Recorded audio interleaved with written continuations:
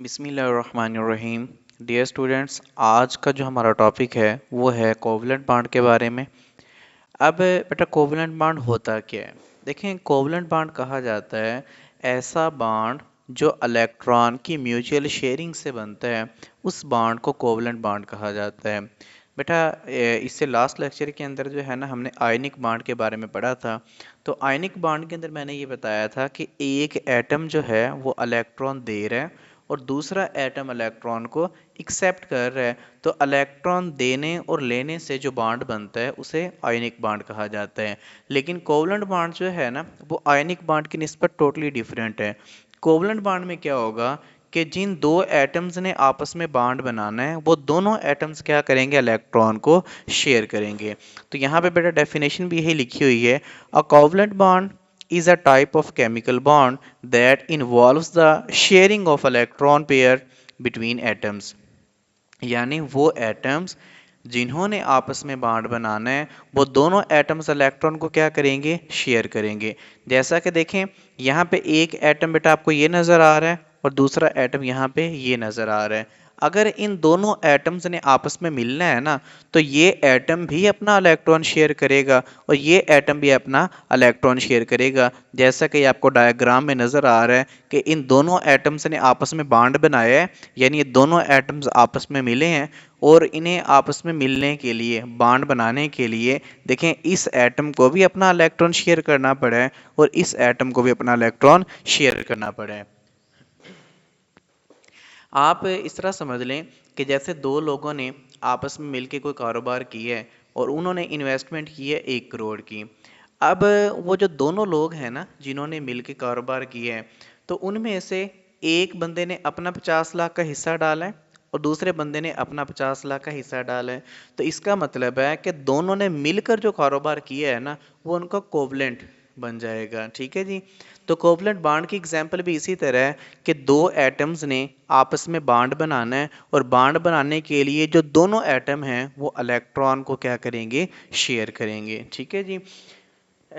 Next बेटा हमने पढ़नी है कि कोवलेंट बॉन्ड जो है उसके टाइप्स कौन कौन सी हैं। कोवलेंट बॉन्ड की बेटा 3 हमारे पास टाइप हैं।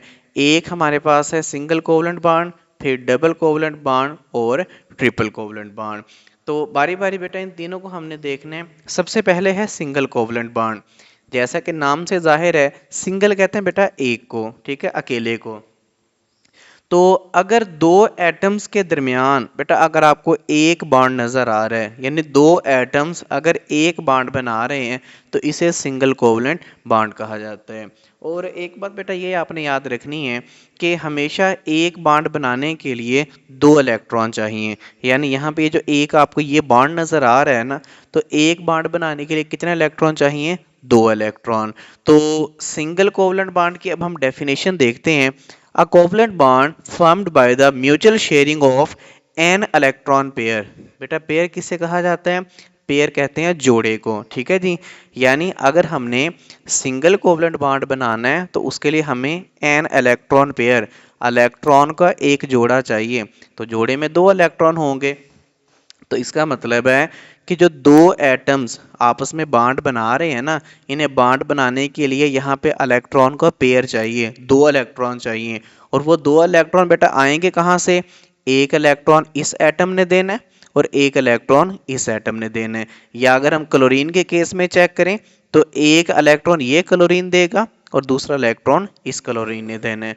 तो अगर दो एटम्स ने आपस में सिंगल कोवलेंट बॉन्ड बनाना है, तो सिंगल कोवलेंट बॉन्ड बनाने के लिए दोनों एटम्स को एक एक इलेक्ट्रॉन देना पड़ेगा।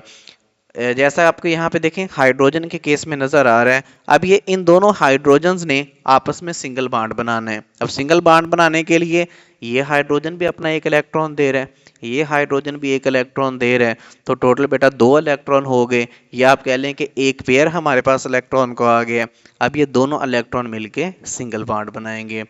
इसी तरह ये क्लोरीन हमारे पास है। इस क्लोरीन ने यहाँ पे देखें एक इलेक्ट्रॉन दिया है, इस क्लोरीन ने यहाँ पे एक इलेक्ट्रॉन दिया है। तो इन दोनों क्लोरीन ने मिलकर एक एक इलेक्ट्रॉन यहाँ पे दिया है। तो जब यहाँ पे 2 इलेक्ट्रॉन हो जाएंगे, तो 2 इलेक्ट्रॉन के मिलने से क्लोरीन के दरमियान बॉन्ड कितने बनेंगे बेटा, एक बॉन्ड बनेगा। A single covalent bond is represented by a single line. जाहिर सी बात है सिंगल कोवलेंट बॉन्ड को हम सिंगल लाइन से जाहिर करेंगे। नेक्स्ट बेटा हमारे पास है डबल कोवलेंट बॉन्ड। देखें सिंगल कोवलेंट बॉन्ड के अंदर मैंने आपको बताया था कि सिंगल बॉन्ड बनाने के लिए हमें दो इलेक्ट्रॉन चाहिए और वो दो इलेक्ट्रॉन एक एटम से आ रहा था और दूसरा इलेक्ट्रॉन दूसरे एटम से आ रहा था। इसी तरह अगर हमने डबल बॉन्ड बनाना है तो डबल बॉन्ड बनाने के लिए डेफिनेटली हमें चार इलेक्ट्रॉन चाहिए। वो चार इलेक्ट्रॉन कहाँ से आएंगे बेटा? ये जो एक एटम हमारे पास है ना पहला, ये भी अपने दो इलेक्ट्रॉन देगा, जो दूसरा एटम है वो भी अपने दो इलेक्ट्रॉन देगा। यानी अगर हमने डबल बॉन्ड बनाना है तो डबल बॉन्ड बनाने वाले दोनों एटम दो दो इलेक्ट्रॉन देंगे। जब दोनों दो दो इलेक्ट्रॉन देंगे तो टोटल इलेक्ट्रॉन चार हो जाएंगे। और मैंने आपसे कहा था कि एक बॉन्ड बनाने के लिए दो इलेक्ट्रॉन चाहिए। अगर हमारे पास चार इलेक्ट्रॉन हो तो बेटा कितने बॉन्ड बनेंगे? दो बॉन्ड बनेंगे। इसी तरह कार्बन डाइऑक्साइड के केस में कार्बन ने यहाँ पे दो इलेक्ट्रॉन दिए, ऑक्सीजन ने यहाँ पे दो इलेक्ट्रॉन दिए, तो टोटल यहाँ पे चार इलेक्ट्रॉन हो गए। तो ये चार इलेक्ट्रॉन मिलके यहाँ पे डबल बॉन्ड बनाएंगे। इसी तरह कार्बन ने यहाँ पे दो इलेक्ट्रॉन दिए हैं, कल ऑक्सीजन ने यहाँ पे दो इलेक्ट्रॉन दिए हैं, तो यहाँ पे भी चार इलेक्ट्रॉन हो गए और चार इलेक्ट्रॉन मिलके यहाँ पर भी डबल बॉन्ड बनाएंगे। यानी डबल बॉन्ड बनाने के लिए हमें two pairs of electron, two pairs का मतलब बेटा चार इलेक्ट्रॉन चाहिए। वो चार इलेक्ट्रॉन कहाँ से आएंगे? जो दोनों एटम आपस में मिल रहे हैं, दोनों एटम्स अपने दो दो इलेक्ट्रॉन शेयर करेंगे और ये दो दो इलेक्ट्रॉन मिलके जब चार इलेक्ट्रॉन बनेंगे तो वो चार इलेक्ट्रॉन फिर डबल कोवलेंट बॉन्ड बनाएंगे। अ double covalent bond is represented by two lines. Double covalent bond को बेटा दो लाइनों से जाहिर किया जाता है, जैसा कि देखें आपको डायग्राम में नजर भी आ रहा है। लास्ट बेटा हमारे पास है ट्रिपल कोवलेंट बॉन्ड। अब ट्रिपल कोवलेंट बॉन्ड बेटा आपको समझ आई गई होगी कि अगर सिंगल कोवलेंट बॉन्ड बनाने के लिए हमें दो इलेक्ट्रॉन चाहिए, डबल कोवलेंट बनाने के लिए हमें चार इलेक्ट्रॉन चाहिए, तो ट्रिपल कोवलेंट बॉन्ड बनाने के लिए बेटा हमें छह इलेक्ट्रॉन यानी थ्री पेयर्स ऑफ इलेक्ट्रॉन, तीन जोड़े कह लें, या छह इलेक्ट्रॉन चाहिए। अब वो छह इलेक्ट्रॉन बेटा कहाँ से आएंगे? जिन दो एटम्स ने ट्रिपल कोवलेंट बॉन्ड बनाना है तो दोनों एटम, जैसा कि यहाँ पे नाइट्रोजन आपको नजर भी आ रहे हैं, अब दोनों नाइट्रोजन ने आपस में ट्रिपल बॉन्ड बनाना है तो ट्रिपल बॉन्ड बनाने के लिए टोटल छह इलेक्ट्रॉन चाहिए। उन छह में से तीन इलेक्ट्रॉन जो हैं वो ये वाला नाइट्रोजन दे रहा है और तीन इलेक्ट्रॉन ये वाला नाइट्रोजन दे रहा है। तो ये दोनों नाइट्रोजन मिलके यहाँ पे छह इलेक्ट्रॉन जमा कर लेंगे और ये छह इलेक्ट्रॉन क्या करेंगे? यहाँ पे तीन बॉन्ड बना देंगे, जिसे ट्रिपल कोवलेंट बॉन्ड कहा जाता है। तो उम्मीद है बेटा आप लोगों को समझ आ गई होगी। अल्लाह हाफिज़।